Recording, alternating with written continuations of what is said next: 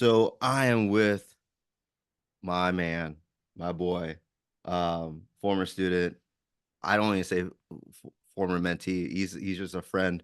I call him nephew. We've survived a pandemic together. Obviously, he was in.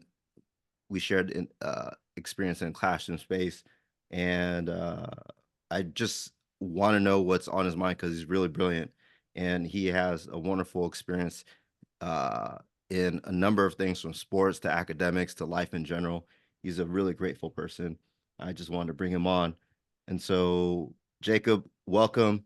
I want to ask you, here's the thing.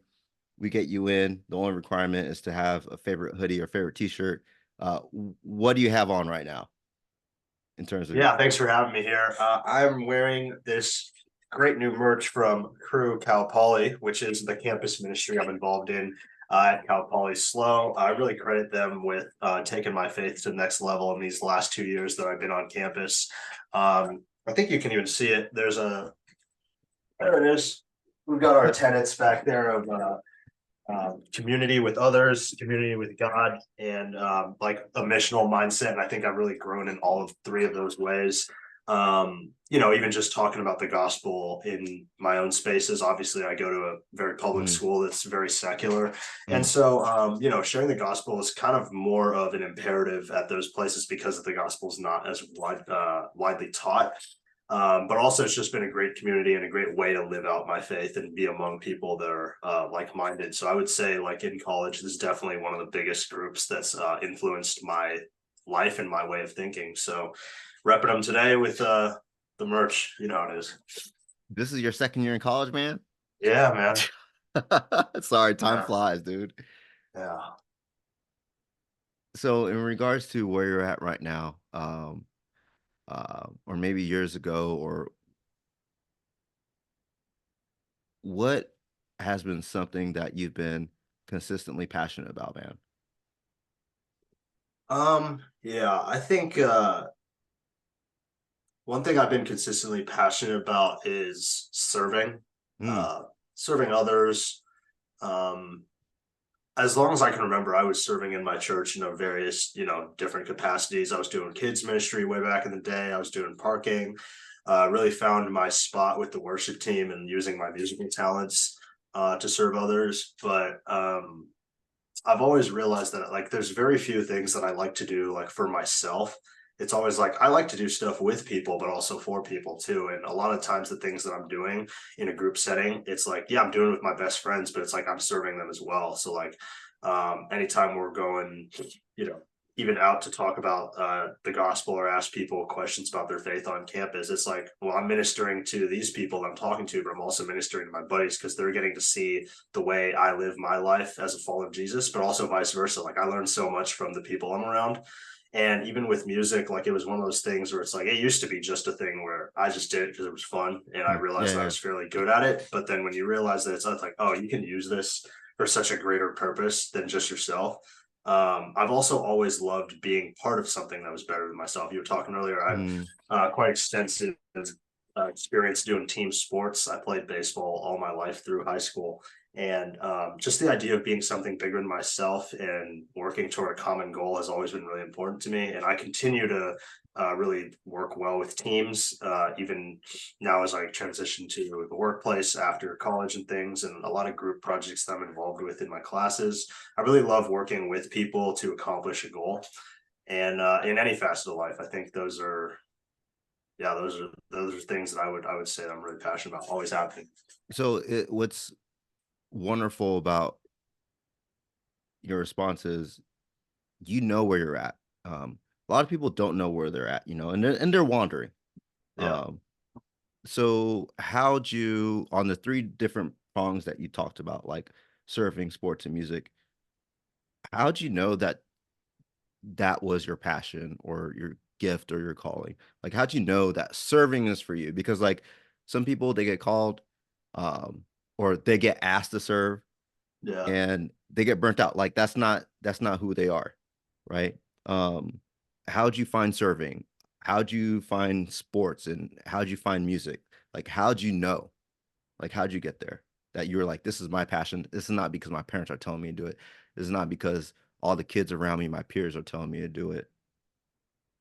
Yeah, I would say it was definitely like when I started doing it more, and I found that every time I did it, it was giving me satisfaction that like stayed with me instead of just like dying out or petering Yeah. out really early.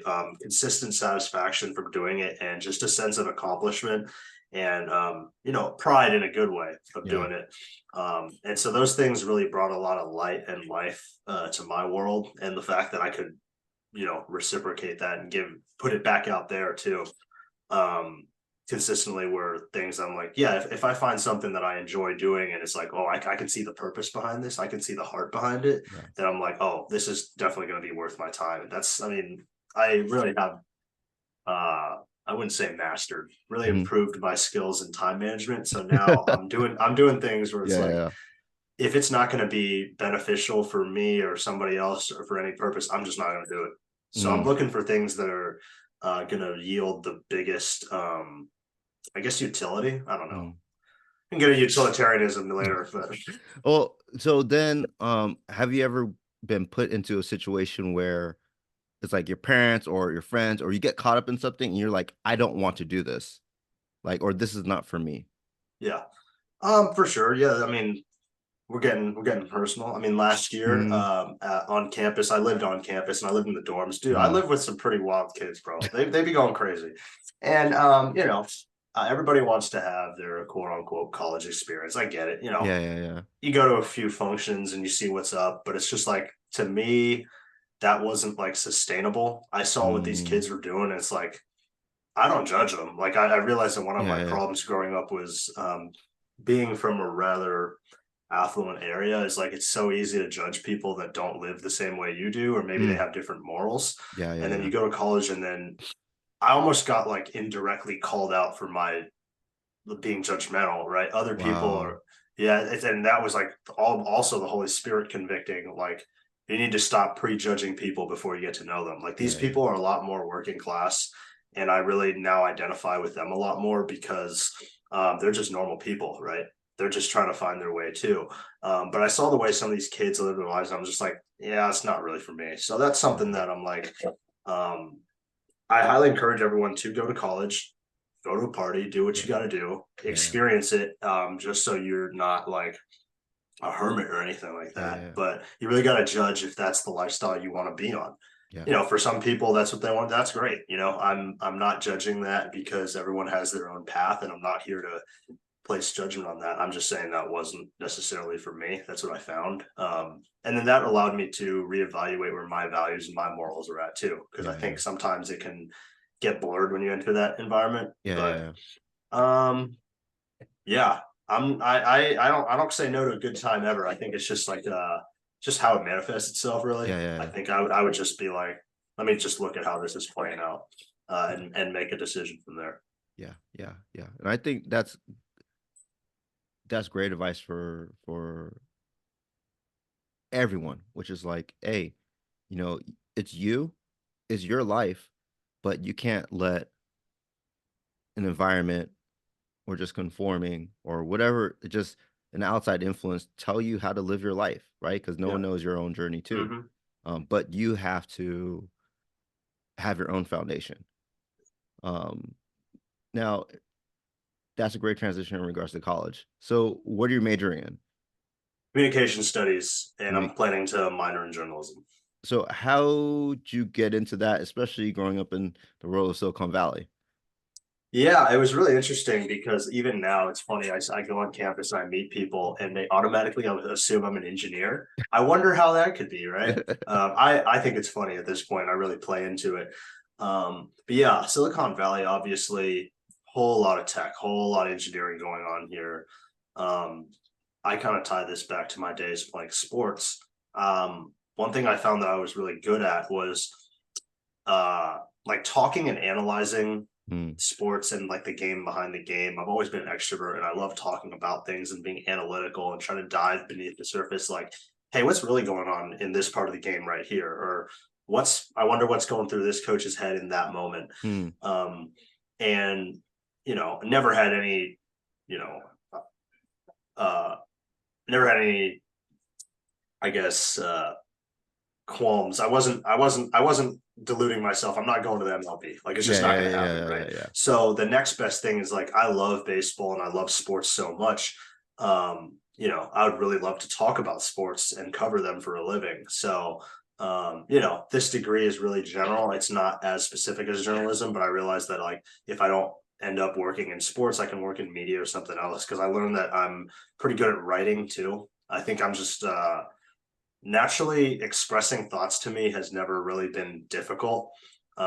So yeah, writing and even public speaking, I found that Mm. were two of my strengths. But when it came to like STEM and stuff, oh, forget about it. So that's where I'm like, yeah, the engineer life is for me. But I come from a family of engineers, and even back a couple of generations to even military. So I mean, Mm. I don't know. It just was one of those paths where it's like, I tried all the science stuff when I was younger, and I'm like, man, dude, I need I can't be doing theory like this. So what would you say is a pivotal moment in your life that shaped who you are right now? Ooh. Yeah, I mean, there's too many to count. I mean, Mm. um, What's the freshest? yeah.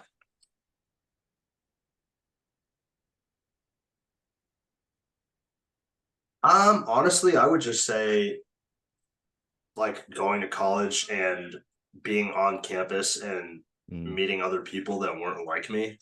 Because Mm. obviously, like, I grew up in Almaden Valley and San Jose, and it's like everybody is so, it's such a homogenous population. I'm Mm. not, I'm not, I'm not dissing on it. It's a great place Yeah, to yeah, grow yeah, up, yeah, yeah. great place to Yeah. raise a family, and I learned so much here, and I had such a great time here. But I really encourage people to leave their hometown, Yeah. go as far away as you want for however long, Yeah. and see the world. Because I met kids that I'm like, oh, you're an international student. Well, I've never met an international student that didn't have a Mm-hmm. 17 credit cards. You know what I'm saying? Mm-hmm. Yeah, I've yeah, never yeah. met someone who wakes up at 6 in the morning and their job is literally to tend to cattle. Like, I literally thought that was only in movies, but then I'm meeting these kids. It's like they're Mm-hmm. real and Yeah, they're yeah, just yeah. as cool as anybody else. And then I meet, Mm. athletes and scholars and kids that are on crazy scholarships, and Yeah. then, musicians that are primed to go to Carnegie Hall or whatever, jazz musicians and things like that.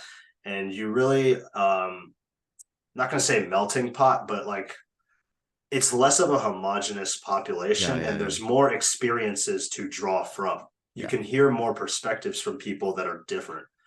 And I really think hearing different perspectives is, like, honestly paramount to Mm. understanding the world and even the human condition, because everyone's different. And when you grow up with a lot of the same, it's hard to even imagine the possibilities outside, beyond your Yeah. backyard or whatever. But I think it's interesting that you bring that up because Silicon Valley, where we're at, it's like on the face, we're pretty diverse, yes, but mindset wise, yeah, values, yep, uh, what we consider virtues, we're so hyper focused on the grind. Um, some aspects of it very material or dare I say shallow. But on the surface, we all look different. yeah, But in terms of like goals and benchmarks, it's not that different. It's kind yeah, of weird. Yeah, yeah. So I think that's an interesting outlook. Now, in regards to difficulties or problems, yeah. how do you solve problems? Ooh.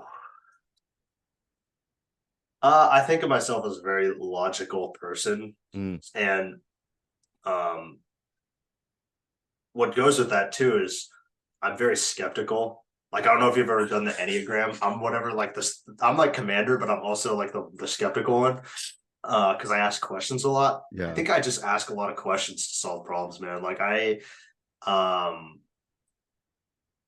dare I say, I question authority within the right bounds. You know what I'm saying? Yeah, yeah, yeah. Within reason. And I question systems at play, and I kind of question not even the world, I guess, Yeah, yeah, yeah. to try to get to the bottom of something. I'm like, maybe I try to diagnose it. What I do Mm. is, like, I isolate Mm. like problems. Yeah, yeah, yeah. I've been doing a lot more like AV stuff at church, and like stuff goes wrong on a weekly basis, and I'm always Yeah. the guy that they're like, yo, fix this problem. I'm like, well, we need to isolate the problem. I don't know what's going wrong here. Let me just start plugging stuff in and see if it's your cable that's the problem, Yeah, maybe it's your amp yeah, that's the problem. yeah, But if you can get to like the root of it and like diagnose, it's almost like you have to take the same approach as being a doctor mm, without being a doctor. yeah, Because yeah, Asian as I am, I will never be a doctor. yeah.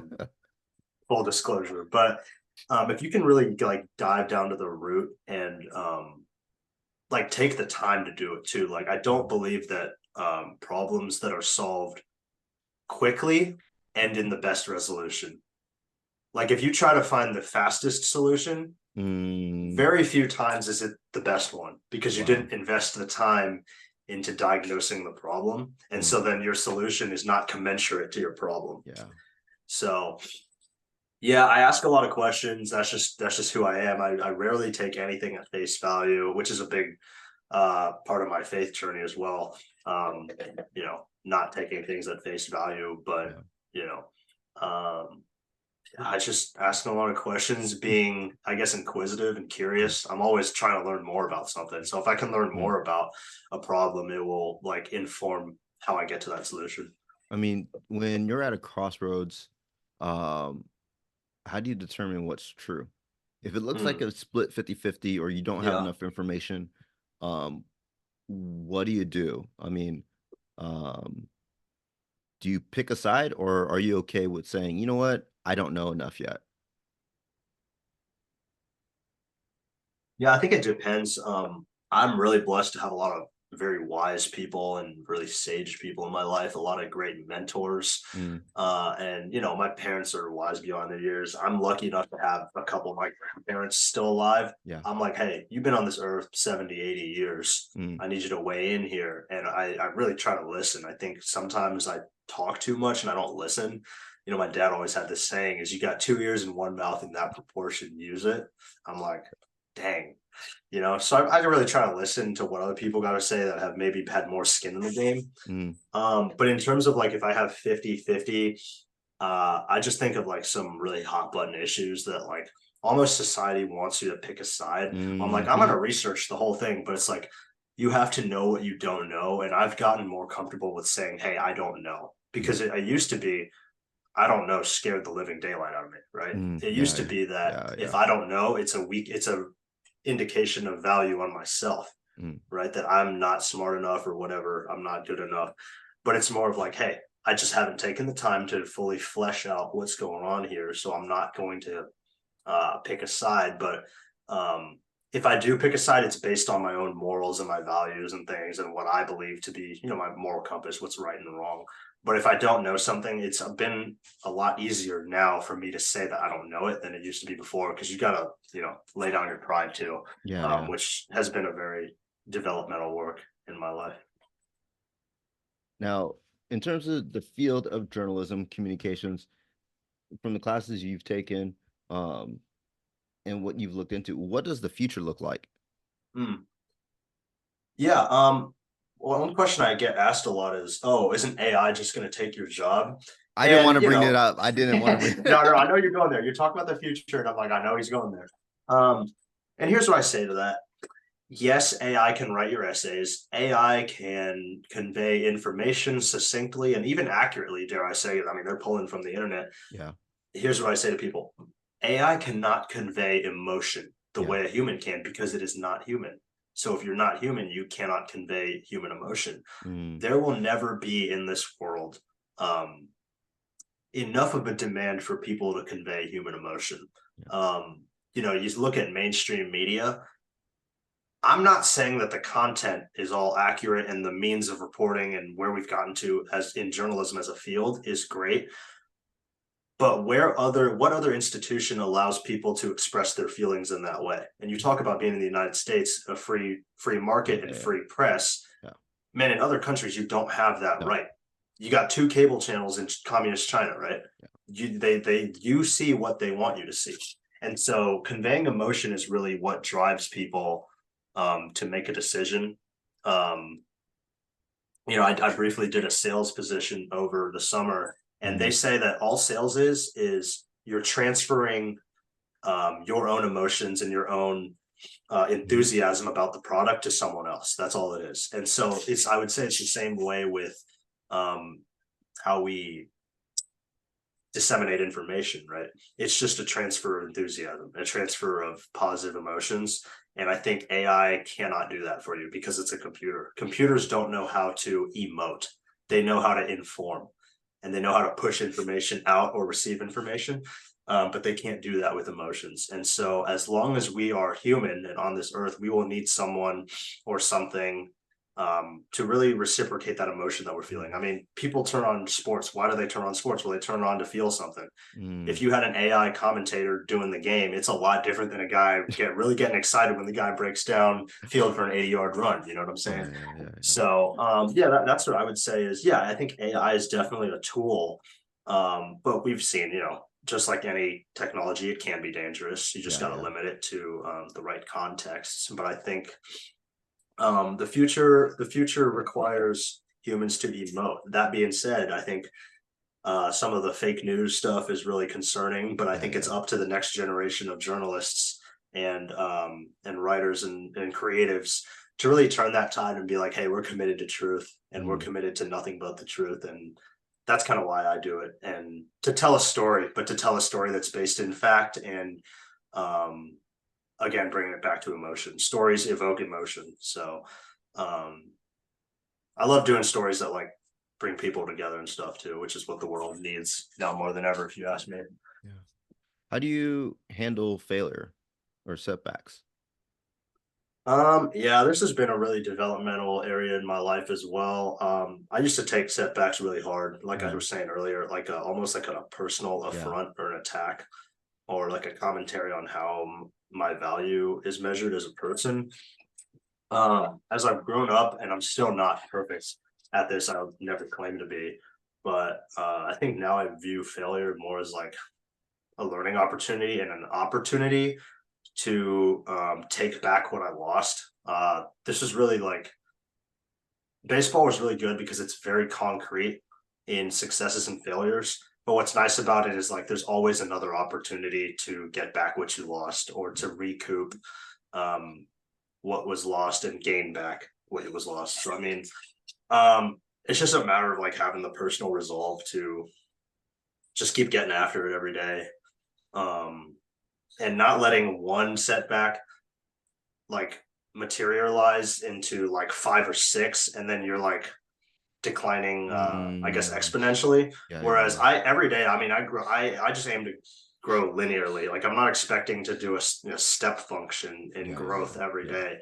But I really believe that mistakes and failure can really shape you as a person because it shows you what you're made of. And you can look back on it. It's like, how did I respond to that? Maybe I responded in a good way or not, and maybe that's something you can improve on um, in the future. And I know it's cliche, and every coach and mentor in the world has always said this, but it's like it's not like the actual failure that defines you; it's how you respond to it. And I'm Yeah. like, dude, that's so facts. So I really try to take that into account when I fail per se, but Mm. still work in progress. I think most people it takes a lifetime to really master how to deal with failure. But 20 years on this earth, I mean, you learn so much. Yeah, yeah. I mean, so someone starting out in your field, especially someone maybe coming out of Silicon Valley, Mm-hmm. um, what's a piece of advice you give to someone trying to get into communication slash journalism? Like, what did you do before college to get your feet wet, and just find like rails, like helping you determine like this is my path. Yeah. Yeah, the one biggest experience I had was uh I don't even know how many years it's been now. Mm. 2015, 8. This summer will be my ninth season announcing Little League Baseball here Oh, in the you're still greater Bay doing it. Area. I'm still doing it, but I'm doing it and like because they only do the tournaments in the summers, Okay, because perfect. that's when the kids are in playoffs. And then in the Yo. spring, I'll do the local league here. They do like an opening ceremony. They bring everybody out, national Yeah. anthem, the whole shebang, and all that. I was supposed to do it last year, but it got rained out. That was like my first big foray into mass communications, where you're literally addressing a couple hundred people at a time. And I started doing that just because I was like bored on a Saturday, and it grew into something that I really loved. And I realized that I love communicating the game to other people. Um, and so if that's something you're passionate about, and communications has many different, you can do so much with it. That's why I love it. Such it's general, it's specific enough that you know this is the general direction I'm heading in, but you can do a bunch with it. People do social media with it, they do Marcom. Some of them can do sales if they do an MBA or whatever Yeah, yeah. after. Um, yeah, but it's really just like if you're not in college yet, just look for those opportunities to just dip your feet in and see what you're good at. That was something Yeah. that I was lucky enough to where I did it and I realized I was pretty good at it. But I realized that's not the same for everyone. Yeah. And so and just discover what you're passionate about. If you're passionate about sports like me, you know, I encourage kids. I realize it's a dying art. Collect baseball cards and football cards. Read the stats on them and compare your favorite players and all that. I'm not encouraging anyone to do fantasy sports or put too much money on it, but that's a way where it's like you have to look at the stats to see who's going to play that week, right? Yeah. And so it can figure out if you're like an analytical mind, or maybe you're a more like abstract mind, and your way of communication is in art, or maybe you like writing, creative writing, or poems. Now I'm talking to the master of poems right now. I know I'm in the presence of greatness when it comes to poetry, but I as a pro in terms of just prose, think about what genres you like. And what I like about high school is they give you a whole bunch of opportunities to see what you're good at. Yeah. And you know, for some people, poetry is the path they go. For other people, prose is the way they go.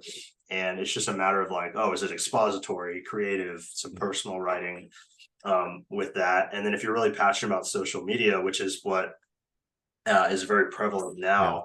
now, think about something you're passionate about. Start a YouTube page, man. Start the TikTok page if you really have to, and then learn how to really captivate an audience, but also like back to emotion, how to convey emotion and to convey a message through Yeah. your work. But I think everybody has something, a piece of them that's creative that the world should really hear about, and that you can leverage your skills in a big way. Yeah. So you're basically Um, saying don't wait.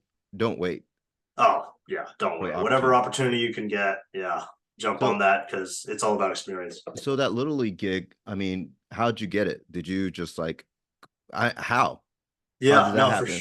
for sure. Yeah. So the way I mean it works is like these are literally this is not nobody that's working these is professionals, but they like always need Hmm. volunteers. Okay. Yeah. So it was just one of those summers where my dad knew somebody at one of the other leagues in town, and he was like, let's just go over and do this. And then they just keep calling you back, man, because like they always need people to do it. So if you're good at it, I mean, they'll call you back. And honestly, if you're not good at it, they'll call you back just so you get more reps. I'll be honest, I was not good at it for maybe 2 years. Wow. But I realized that it was something I loved doing. Yeah. Right. It's just like I loved playing baseball. I was never the best player on the field. Right. Hmm. It's just a love of what you're doing that really Yeah. drives you to keep going. Um, but yeah, and then that experience allows me to network with people that know people that are higher up in the ranks that can get you a job or internship or some more experience, which is really cool. So really love that experience for sure. Right. Now you talked about time management before. How do you balance work and personal life, man? Yeah, it's definitely a challenge, especially when you get to college and then you have all this stuff coming at you.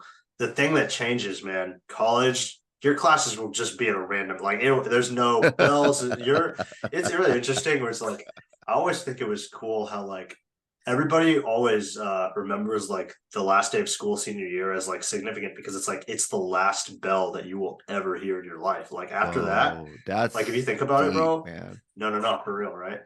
After that, bro, your life is no longer governed by bells or anything like that that tells you got to be at a certain place. Like it's up to you, bro. Like I remember they used to send us notifications for like assignments and stuff. Bro, you get on Canvas, bro. That thing will be due at 11:59, and you have no idea. Your assignment will be due, bro. It's on you. And there, you know, what changes a lot too is like if you're having an issue in a class, teacher's not going to reach out to you. They got 400 students in lecture. You know what I'm saying? Like you got to pull up to office hours, you got to go to the lab, whatever, right? But what really changes is that, yeah, your life is not governed by bells. You really got to have your own schedule. and you got to get into a regimented pattern. I realize that some people, they live life more of like on the whim. They're like, they get up and they figure out, oh, maybe I'll do this today. But I realize that doesn't work for all people, and it doesn't work for me. So I'm always a Google Calendar guy. But yeah, it's a lot of managing school, but also what happens in college is you have work opportunities, you've got clubs you're doing. Some people do sports at whatever level. Obviously, you got to stay in shape. For a lot of people, that's a priority. And then also your social life on top of that. Like, you're in college, like you should have a social life. And I really encourage people to get involved with whatever they're passionate about, and to find just something to meet other people and really have intentional community.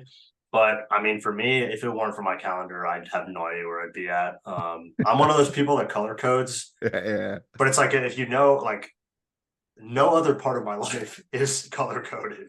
So it's just like the calendar just tells me what I need to be doing that day. And it really provides some motivation to like get up and start the day and be like, I'm going to win the day with whatever I'm doing today. So yeah, it's definitely one of those things where it's like, if you're still in high school or whatever, definitely get on some type of time management regimen now, because it's going to be so helpful when you get to college, and you will not regret doing it for sure.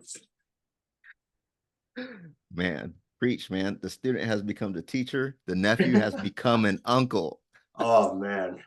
What's a book, a paper book that has significantly influenced you? Oh geez. I would say one book I read really early on, that it wasn't necessarily influencing me as an individual, but more of like how I approach academia and even like a lot of my writing. I used to read a number of classics, and one of them was John Steinbeck's Grapes of Wrath. And so that one was interesting because it hit me on a multitude of different levels. One was like the way that the story and the narrative is presented, and I really liked the way that the writing was and the presentation of the plot. But the other thing is like the plot itself is pretty moving. You're talking about the Okies, and you're talking about actual historical events that happen with the displacement of peoples, and also like classism in America. So there's definitely commentaries on different mindsets. In terms of like personal development and things, I grew up going to a mega church here in the Silicon Valley, and the preacher and the senior pastor for a number of years was a guy by the name of Chip Ingram, who wrote a number of books. And so, I mean, every single book of his that I've read has impacted my life in some way. He's written books about, he wrote a book about like the case for Christ, almost like apologetics, called Why I Believe, that's really been pivotal to how I present the gospel to other people. Okay. He's also written a book called Culture Shock, which I'll pair, and it's the same category as another book I read by John Dickerson called The Great Evangelical Recession, where it's basically saying we're at one point in society in relation to religion. Now we're here. What happened? Right. And so it's kind of examining the cultural shift in the last 40, 50 years, as secularism has changed and it's molded to what it is today. And reading those two books have really informed my like opinions on world events. And it's like, well, as a Christian, how do we live in this world type thing? So I would say those books for sure. I'll be honest, I don't remember what we read in your class, but it was probably fun. Well, we also ended up in a pandemic, so that is true. We were reading PDFs, bro. Man, we read 451, right? Yeah, that was beginning. That was summer reading. 451 was good. I remember that. That was also really commentary about like society as a whole and like government, and like it scared me a little bit, man. But that's sometimes you have to. That was the era when AirPods came out, and we're talking about seashells around the ears, right? Yeah. Isn't that wild? Isn't that wild? Yeah. Things Fall Apart. Yeah. Yep. Things Fall Apart was a big one. All right, books aside, man. Books are important, but you know, books are great. Yeah. How do you know that you succeeded? How do you define success? When is enough enough? Yeah, I'm not exactly taking issue with that last part. I was just qualifying. Yeah. To me, enough is not ever enough, not in the sense that I'm not content and I'm not satisfied with where I am, but rather I look at that as rather, where can I take where I'm at right now and grow into something bigger, right? Yeah, yeah. Where can I take that next step? That being said, I think it's also important to be content with where you're at and really be thankful and grateful for the opportunities you've received. Um, I would say I've succeeded if I would say at this point in my life, success is like kind of measured by how did you take what you were learning and receiving and taking in when you were young? How did you take what you learned when you were young? How did you go out into the world and put that? How did you pay it forward to the community and people around you? And so that's why I believe serving is so important. I really think if you know, believe it or not, it doesn't really matter. It's always important to pay it forward in some way. You don't have to be serving at your church or whatever. I think if you're paying your ideas forward, I believe that's a form of serving because you're imparting some knowledge into someone that might be younger than you. That's why I always like to encourage people. Like I'm part of a discipleship program where I meet up with an older student in crew once a week, and he just pours into my life. And what he's doing is he's training me to become that person to pour into younger students, underclassmen when I become an upperclassman. We always think about it. I joke and I tell them, yeah, it's like a holy pyramid scheme, but it's not like there's no money involved, bro. There's no downline. The downline is we're making disciples of Jesus Christ, bro.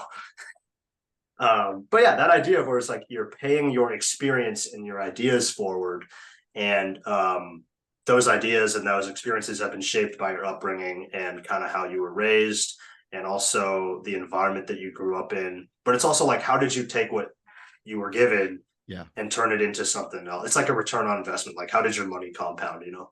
Hey, man, I'm pretty sure someone's just gonna splice some of the stuff that you just said in the past minute and then just make a meme out of it, and it's done. It's done. It's Yeah. gonna go Oh, viral on yeah. Instagram. All right, moving forward, uh, especially for journalism. Yeah. Um, what do you think are the ethical implications of journalism and media? Because we saw, especially in the last 8 years, right? Yep. The last two elections, what's happening with media companies and social media and Twitter, um, even Associated Press has changed. Yeah. So Yeah, I think what we're seeing is I'm gonna be honest with you. I don't think there's such thing as a truly centrist publication anymore. Like, I'll be honest, you just said Associated Press, Reuters, I mean, Bloomberg, what else they got out there? Whatever else they got out there right now, it's gonna lean one way or the other. Maybe a certain percentage, right? You know, the one might be more extreme, maybe more moderate. It's gonna be one way or the other. yeah, Because what happens is these news companies, they have to pick a side in order to keep numbers and money coming in, right? If you don't pick a side, people don't want to read you because, like I said, people want to feel something. They don't want to just one in one ear out the other. Oh, this world event happened. What's happening is the news media now is no longer just reporting facts. yeah, There's opinion sprinkled in there too, and the amount of opinion and the amount of truth that's in that opinion, that's what informs whether, okay, they're extremist or maybe they're moderate or maybe they're more centrist. But even the word centrist, it's like, it doesn't really mean in the center anymore. You know what I'm saying? It means that like you agree with multiple positions on each side on different topics. Yeah. But it's like, you're probably going to register as one party or the other. We have two major parties. That's kind of how it is. The commitment to truth of journalism today, I think less people follow it than they should. There's a lot of reporting out there that's now just like, what's going to get me the most clicks? And most of the time, what gets you the most clicks involves the least research and cross-checking and all that. The news media is one thing, man. It's creeping into the sports world. My sports fans out there, Shohei Ohtani, man, crazy rich Asians out here. I mean, it's crazy.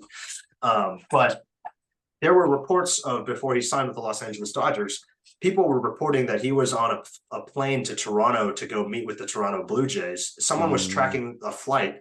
Turned out he wasn't even on that flight. It was some like business executive in a private jet. They had the wrong call sign. So it's like, dude, if we can't even get our sports reporting correct, the state of journalism is really concerning to me. So we really need the next generation of journalists to be committed to nothing but the truth, even at the expense of your personal beliefs. Like, it sometimes humbles me when I'm doing my research, and I'm like, I have a certain position on something, but I see facts to the contrary. I'm like, yo, this hurts to hear, but Well, it's the facts, right? well, so yeah, we were talking about bias. So it was interesting, where I was seeing on social media when Otani signed with the Dodgers, uh, Mm-hmm. a commentator or journalist, correct me if I'm wrong, he said, "This is the greatest thing the Dodgers have ever done. This is the greatest moment in Yeah. Dodger history," but then totally neglected the fact that Jackie Robinson, uh, He probably, bro, bro. she changed the game for the whole world. But I'm Oh just saying, man. like, but when you're caught up in the hype, unintentional, possibly, Yeah. I don't think it's a malicious thing to get, clickbait. But at the same time, in terms of, you're right, 100% correct in terms of getting people to feel emotion, because you're trying to get people to listen, you're trying to get people to be on your side, especially when it comes to a business. So I have behind me some comic books, and so there are a lot of comic books that, you know, when you look on the shelf and you're about to buy them, you look at the cover first. Yeah. And some of those covers are misleading. They might have characters that are not even in the book, Oh, right? That I mean, because they're yeah. trying to get people to take it off the shelf. And I think a most recent incident was there's an article that came up. Fact check me on this, like the last week or a couple weeks ago, but I think it was this past week where it reported that a Tesla robot injured an engineer, and so they showed Oh, they okay. showed a picture of the Tesla bot, right? Yeah, yeah, yeah. Optimus, very futuristic. But this is a couple years ago, so actually, if you dig into it, it was actually like a regular manufacturing robot that all these car manufacturers have, It's not special. but Yeah. they put that Tesla bot in there for that extra click to make it sci-fi. It's just like to evoke Yeah. emotion. Like, look, Elon, we're this is like Black Mirror territory. This is the end of the world. And you just got and if you look at any of the articles, they're not, there's like less than a paragraph. There's no information. It's just trying to get you to click so they can get the Yeah. algorithm, man. So you have your work ahead of you.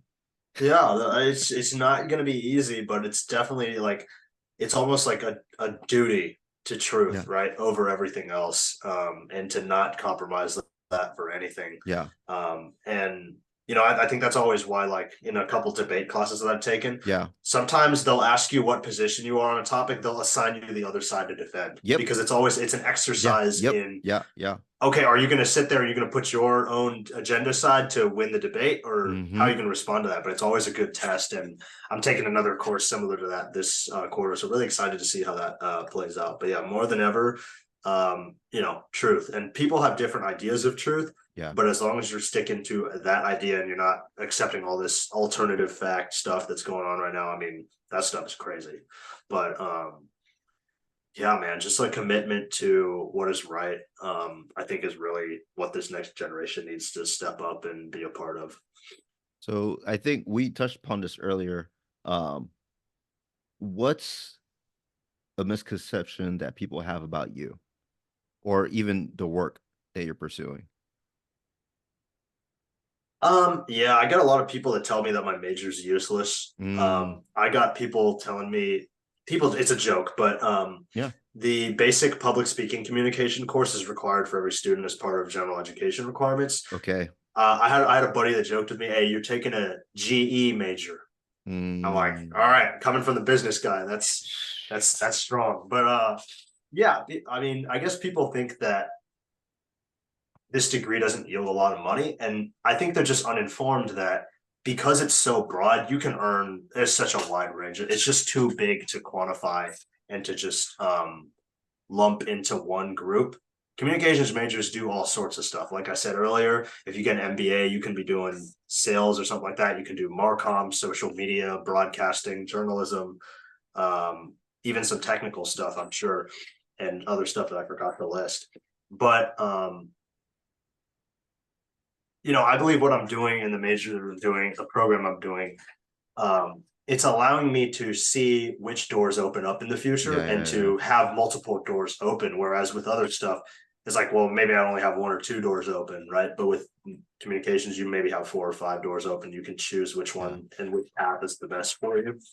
Um, yeah, I think people have a negative, I don't know, connotation and Yeah. stigma maybe around communications because they're always perceived as like not doing a whole lot. And I think, I mean, it really does depend. I think that if you're not doing a whole lot, it doesn't depend on your course load, but it depends on that individual. It's like how Yeah. much Yeah. time are they putting into their work, right? There are some business majors. I know they get a bad rap too. It's like they get a bad rap for not doing a whole lot, but some of these guys are grinding. Like they're Yeah. doing. I've seen some of the courses that finance people are taking. I mean, it's crazy. These dudes are Excel wizards, right? But it's just like how much work are you willing to put Yeah. in because you're trying to get that return on your Yeah. investment. So And I think people forget the fact that, we see sometimes what we're looking at in terms of a major or work is the title, not yeah. the actual work, um, Mm-hmm. not the lifestyle or the workplace that's going to come with it. Yeah. Um, so, um, for instance, it depends on what you do with, communications journalism. Um, like some sports journalists, they get to go at the actual game. They get sent to the game, right? They get to be in the press box, right? They have the press pass, right? And um it's not work. Well, you put in the work before, right, to get the Yeah. credentials. But maybe you get sent by the studio to travel around the country for the away games, right? Um, I remember there's a story of this radio DJ, and he went, I think, from the Midwest to the South every day.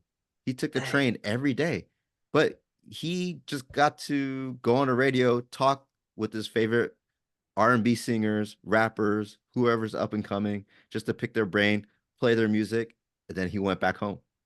Mm, And he was making millions. I mean, so it yeah. was just like, and so it's people. I try to encourage people think about the lifestyle that you're living. You know, um, if you're having fun, it's not work. If you're enjoying what you do, it's not work. And then on top of that, when you come home, you're not bringing work home with you. So you have a type of peace. So um, then it goes to uh, the next question, which is how do you stay motivated, man, and focused? Yeah. I always thought about like people always talk about the different like mirrors in a car. Um, Hmm. it's like how you're driving, right? You're gonna check your rear view mirrors, you're gonna check your side mirrors when you're merging, whatever. You stare in that rear view mirror long enough, you're gonna crash. I mean, there's a reason the windshield is the whole thing and the mirror is the little guy on the side. Um, right? It's proportional, right, to where you should be looking. You should be looking in your rearview mirrors. I mean, I always think about, I ponder and I reflect on where I've Hold been on. and I how just like far how I've you're come. like doing your own commentating of your own life. Go ahead, man. Hey, it comes naturally, man. Um, but yeah, it's like I in the past, with respect to where I've been Hmm. and grateful for the experiences that I've had, but also like just looking forward, man. It's like where can I take my skills to the next level? I think that I was talking about this in a previous response. But it's just like how can I build off of where I'm at right Hmm. now and grow and develop. Sometimes I look at individual skills. Maybe I got like a B on a paper, and I'm like, okay, how can I make that A? Hmm. In baseball, I'm like, well, that was a solid contact. Guy just caught it. It was a line drive. Like whatever, it happens. How can I turn that into a base hit the next Hmm. time? And just like incremental baby steps. Sometimes I think I've, in my own experience, I try too hard to make a leap in development, and it just never works. Um, because I mean, it's a ladder. You can't jump 5 steps on the Yeah. staircase, right? So staying motivated for me is about like I think about my goals. I think I'm really motivated by my goals. And my experiences in college and things, and even the jobs that I've worked, have really caused me to be really goal oriented. And so setting goals is really important. I encourage everyone to do it. They can be as concrete or abstract as you want. It's just something that you're always working toward. And when you accomplish that, celebrate. It's a cause for celebration, but you got to what's my next path? What's my next goal to strive toward? And so that really is like the one thing where it's like, it'll give you a concrete reason to get up and ask yourself, what am I doing today to make that dream a reality? I think about, just being in the gym, and that's even more concrete because it's like numbers. If you are lifting weights, it's like, okay, well, my goal is by the end of this month or whatever, I need to be benching 225, right? It's a number that you can quantify, but for other things, I realize it can be a lot more abstract, but just the idea of setting goals, I think is really a cause for motivation. And sometimes your own personal experience can cause motivation too. I know people that are motivated by pain and a lot of suffering in their lives, right? Maybe something hasn't gone as great for them. There's experiences in my family where people are motivated to succeed because of the previous generations before them.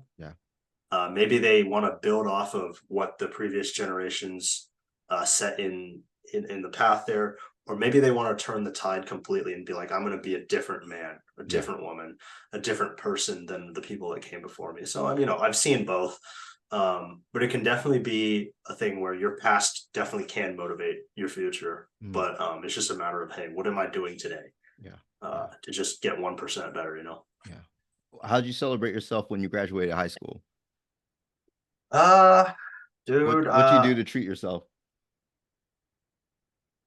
Well, I mean, I had a huge grad party, and my parents invited like all my friends and my mentors and people that had really supported me throughout that journey. And it was really just a time to like really thank them for pouring into me, and my friends and coaches for just sticking alongside me. And it was really just a good time. Great dinner for sure. And just spending time with the people that I grew up with before I left for college, to be honest with you, just reflecting on everything that we've been through together, but also like, hey, this is what's next. Excited to see what you're going to do. And to my my fellow believers, hey, excited to see how God's going to move through you in this next chapter of life. For sure. So yeah, it was definitely one of those things where it's like, yeah, we're going to take some time to reflect on the past, and then we're going to turn our eyes to the future. How do you handle criticism or disagreement? Yeah, this is another area that I used to struggle with a lot, especially when I was a younger baseball player. Admittedly, I was fairly uncoachable in that I did not take criticism very well. And I would always take a comment about my skills on the baseball field as a personal attack. So it took a lot of growing to realize, hey, if these coaches and mentors really did not like me as a person, they would not be taking the time to critique me. Even in high school, even a lot of times in your class, man, it took so much. I'm just going to be straight with you and give me the feedback, because if you don't do that, how am I ever going to learn, right? If you tell people what they want to hear enough times, they're just not going to improve from that and grow from that because they're content. And like I said earlier, really important to be content with where you're at, and not always like, oh, I'm always in search of the next thing, because that's the Bay Area mindset. But at the same time, just holding those two together, and they're not mutually exclusive is what I'm trying to say. Growth and contentment. But yeah, I think sometimes you need those people that are going to tell you the truth, even if it hurts, because they want the best for you. And a lot of times, like, and especially in baseball, they're telling you that you messed up that play or whatever, you could have done that better, because they want you to get it right the next time. There's no one on that field that wants you more to succeed other than yourself. If you don't want to succeed, your coaches want you to succeed. Your teammates want you to succeed. And that was really true of my experience in, Boy Scouting too. I was fortunate enough to earn my Eagle Scout rank and all that. So I had a lot of mentors that really pushed me through that, because that wasn't always easy either. Right. You're always in search of that next rank, but you need someone to come alongside you and, hey, we need to pick it up here, because those are the people that care about you the most. Right. So criticism, I believe, is never a personal attack. Now, there's rare instances, if there's instances of abuse or something like that from a higher up, then that needs to be addressed. I'm not saying that. I'm saying a lot of coaches and mentors in your life that you trust, especially your parents. Man, I had so many issues growing up about my parents and discipline and all that, where it's just like, the discipline is not because they don't like you. It's because they love you, man, and they want you to succeed, and they're pushing you to become a better version of yourself. So yeah, just not internalizing all that and taking Yeah. that and almost like filtering it. Because what happened is you get older and coaches, they're not as nice about their feedback. They'll Yeah. start yelling at you and stuff. So it's Yeah. like you have to separate the person from what they're saying. You have to Mhm. focus on not the fact that they're yelling at you, but it's like, what did they say there that is gonna, adjustment can I make to improve? So yeah, just don't internalize it. You're loved, you're cared for, people want the best for you Yeah. type beat.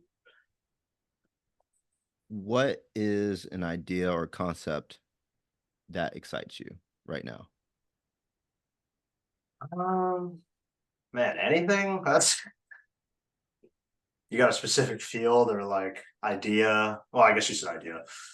Um, oh man. I kind of brushed on this earlier when I was talking about the the next generation of journalists, and I'm just going to extend this to the next generation. Um, there's a part of me that's like, this next generation is either going to make or break Mm, society forever. And part of that scares me. I'm like, yo, there's so much pressure. But at the same time, it's like, imagine what the next generation can do. Like, I truly believe the next generation, we've come very close already. We have a female vice president. I think the next generation has the power to put a woman in the White House. mhm, I think maybe two generations down the line, we have the power to put an Asian American in the White House. We've already put an African American in the White mhm. House. Um, and we're capable of so much with all the technology we have now. It's just like, are we going to use it the right way? Yeah. I believe we can go back to the moon in my Mhm. lifetime, Yeah, hopefully. yeah, yeah. um and just like explore and really take the human mind and expand it. But yeah, there is a part of me that's like, man, if we screw this up, there's no coming back from it. I've always said that my generation will either find the cure for cancer or start World War III. So we'll see. But there's so much that the next generation can accomplish if they put their mind to it. And man, I look around my campus and even in high school, people are so creative, man. There's so many Mhm. talents in high school, and I see it in college now too. It's like the fact that kids are going to Carnegie Hall at age 17 is wild. The fact that, I mean, there's kids in this country that are Rhodes Scholars. Yeah, We've got kids at, even from my high school that went to Stanford and Yale yeah. and a bunch of other Ivy League schools that are doing a whole bunch of great things. I see them posting about their recent accomplishments. I'm like, oh, kids are developing apps? No, that's crazy, right? So, yeah, it's just, I'm excited for what the future holds for the next generation. I just hope that they will steward their gifts Yeah. wisely and really putting them back into the community. And um, yeah, that transfer enthusiasm about ideas, man, I that mean, excites me. that I think that's a great way to look at it is we know how capable we are of fumbling the bag, right? But Yeah, but the way you put it is like, imagine if we get this right. mm-hmm. Could change the Imagine, world, man. imagine when we imagine the good that happens when we do get things right, Yeah. right? The beauty of it. Now in terms of um coming into a new place, especially college, um, and I think you've been brilliant at this even during high school, um, because of your deductive reasoning. But just put it into your own words, like, what is your approach when you encounter something new? How do you learn something new? Yeah. One of the things I pride myself in is my ability to learn. My dad always says that one of the most important things to learn is how to learn. Mm, So now I've like basically, I'm convinced that if I have to learn something entirely new, uh, I can do it and teach myself. So I've in learning how to do something, you learn how to teach as well because you learn how to teach yourself. Um, Before April of this year, never picked up a bass guitar before, had no idea what I was doing. Now I'm playing like every week, basically at crew and at church and stuff. And that was mainly because I was like bored and I wanted something to do mm, outside of drums. But yeah, one of the things I pride myself is in all my years of music training, since I did classical piano from age 5 to 11, I have not done any music lessons in 12, 13 years. wow. I mean, I've taught Wow. myself everything Wow. because, well, I saved a lot of time and money in doing lessons and stuff, but there's a satisfaction you get from teaching yourself something. I really Mm. encourage everyone to teach themselves a skill, whether it be a language, an instrument, an art form, um, because it tells you a lot about who you are as a person. It really validated for me um, what I was capable of, Mm. and it taught me a lot of lessons about persevering. And it's like, well, this doesn't work. Let me try a different way, or let me ask someone else who's an expert, right? Yeah. Yeah. But there's something invaluable about teaching yourself something and learning. I would say like being inquisitive and curious, like I was talking about earlier, that really feeds into this because I'm able to ask a lot of questions. And if I don't know something, I'm finding an answer immediately instead of just being mired in that setback. And I guess it ties into your question about failure as well as like, how do you handle that? The nice thing about music is that there's really no way to quantify success or failure. Mm. It's you define success or failure. Nobody else does Yeah. that Yeah. for you. It's not as objective as, sports or a grade in school or something like that. Um, yeah, I mean, the way people learn is very different. I think it's very important to study how people learn. And it's just a matter of, hey, find what works for you, figure out how you learn best. Do you learn best by watching videos, listening to lectures, podcasts, doing hands-on activities? For me, it was a combination of visual and hands-on, which is why I love doing music and sports and things, because it gets me involved with my hands and tactile movement. But find the way you learn, and you know yourself better than anyone. Adapt your own style so you're teaching yourself how to do Mm. it. But yeah, I mean, it's worked for me. So really encourage everyone to teach themselves something for sure. Just came What? out of a pandemic, so many people Yeah. talk. Yeah. Yeah. Dude, we came out of a pandemic. I came back to school. I'm like, you did not know how to do that before, you know? That's yeah. Yeah. Yeah. Yeah. Yeah. Like That's we're true. podcasting now, bro. This is crazy. What's a question you wish people would ask more often? Oh, a question I wish people would ask more often.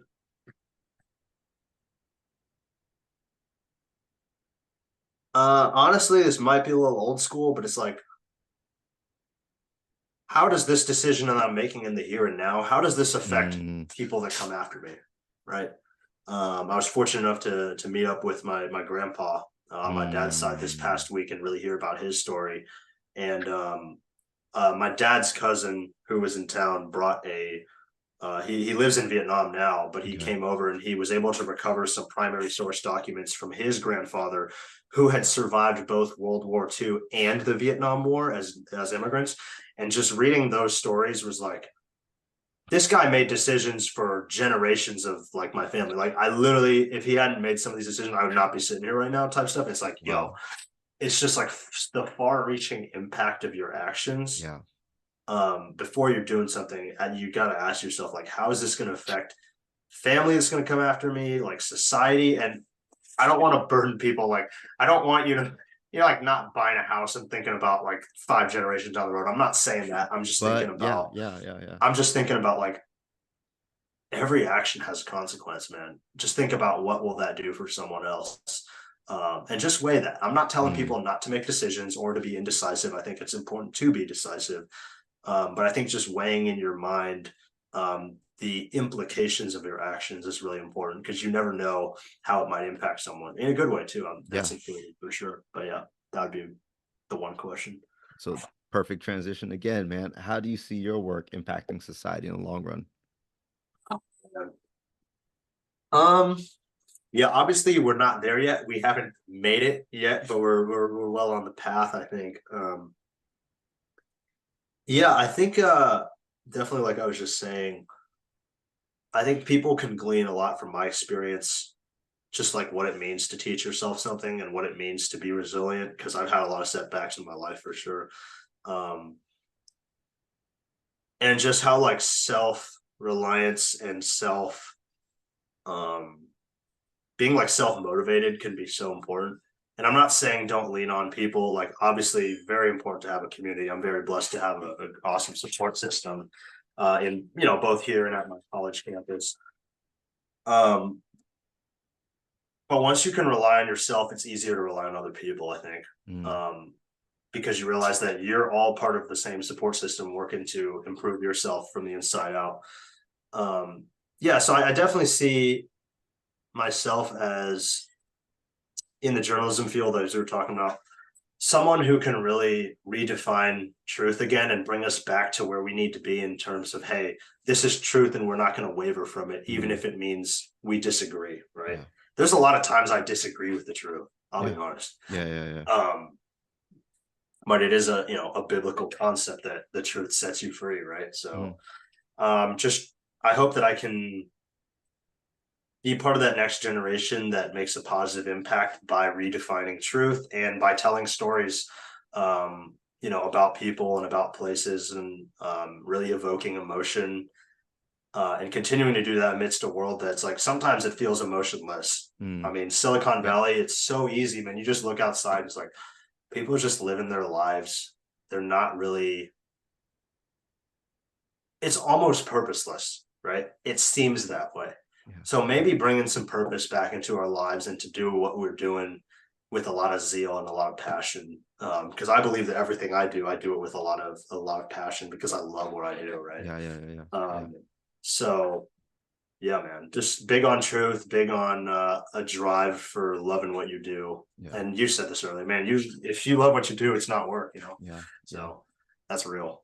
Yeah. And I hope to see that too in Silicon Valley because we say, work hard, play hard, but I think the play doesn't even match the work because um, I think what you probably see in slow is there's more community in slow, right? There's like traditions Smaller during, community, dude. and so when work ends, you go spend time with your peeps, go into town, whatever it Yeah. is, right? You take a breather. What's a dream or goal you're working towards right now?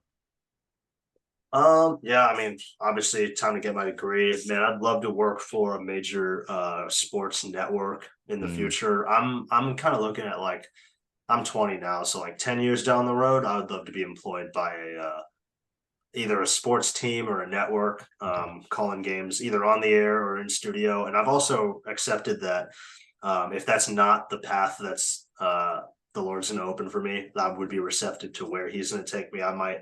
I worked in the church for a summer, so that might be a position, maybe a ministry position, is what I'm getting into. But Okay. uh, honestly, my goal is to just leverage my skills in the best way I know possible to, like I said, impact those generations down the road and to really preserve truth and a lot of values that I think we've gone away from. All right. So we're gonna end. We have four more questions. And these are some couple of them, a few of them are existential. So we got you on a hot seat real quick. However you want to respond. Yeah. However you want to respond. What is depression? Um. Yeah. I think people think depression, they automatically think about the clinical diagnosis, but I think it can take so many more forms, so much more than that. It can take a bunch of different forms. I mean, I would define depression as just like maybe like a constant longing for what's been lost, Hmm. or even like a state of, yeah, it could be a state of want. It could also be a state of mourning, in the period of when you're dealing with a failure. It could be the period of when you're still thinking about that failure, haven't grown out of it yet. You're Mm, still mm, maybe yeah. mired in that failure. And I realize that it's a very like serious condition. People, like, I'm not undermining that at Hmm. all. Yeah. I'm saying it's a very real issue. Life circumstances can cause you to be depressed in so many different ways. But yeah, it could be a whole thing. The two examples I thought of were just in response to a failure, or you're just wanting more and you're not content with what you have. I think it could be either one of those. Now, what is love? Hmm. Baby, don't hurt me no more. Yeah. Anyways, I feel like it's that part of the human condition that makes you want to reach out to other people, Mm, right? we're made as social creatures. You're not meant to be alone. I would define it as the state of just the deepest level of care and respect you could have for someone, that you will literally take a bullet for them.